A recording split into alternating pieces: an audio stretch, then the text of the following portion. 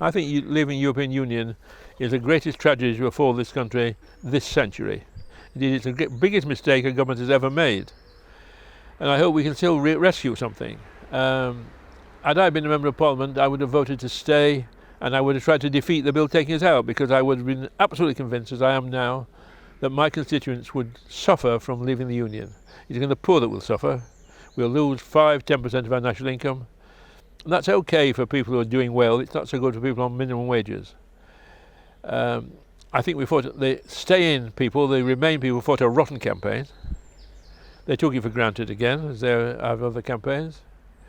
The Leave people fought a dishonest campaign, a deeply dishonest campaign. And I only hope we can rescue something from the ruins. I do think the European Union got too large for itself. The last renegotiation, the 1974 renegotiation, I did when I was in the Foreign Office. And we succeeded in changing the terms a bit of British membership. But it was very clear then that Europe can only exist as a proper entity if it's of a certain size.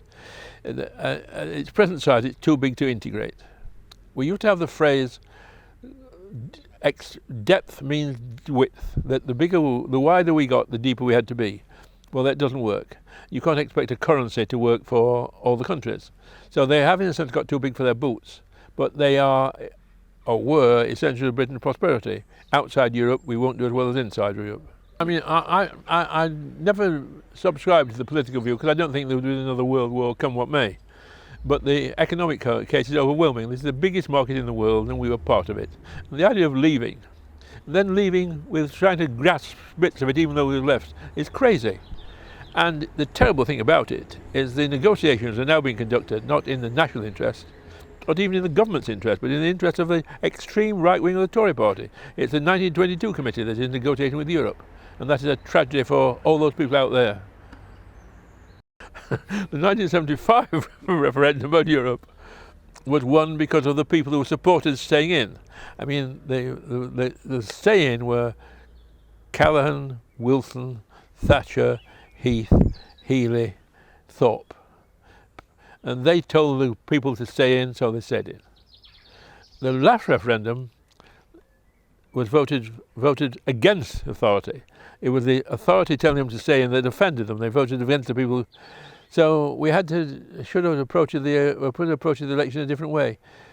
But I hope we can still rescue some elements of the common market, some elements of the single market, some elements of the European Union.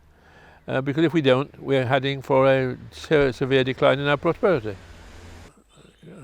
We'll be overtaken by events. But I think there could be complete tragedy. We may make such a mess of it that we leave without any arrangement at all. We just leave.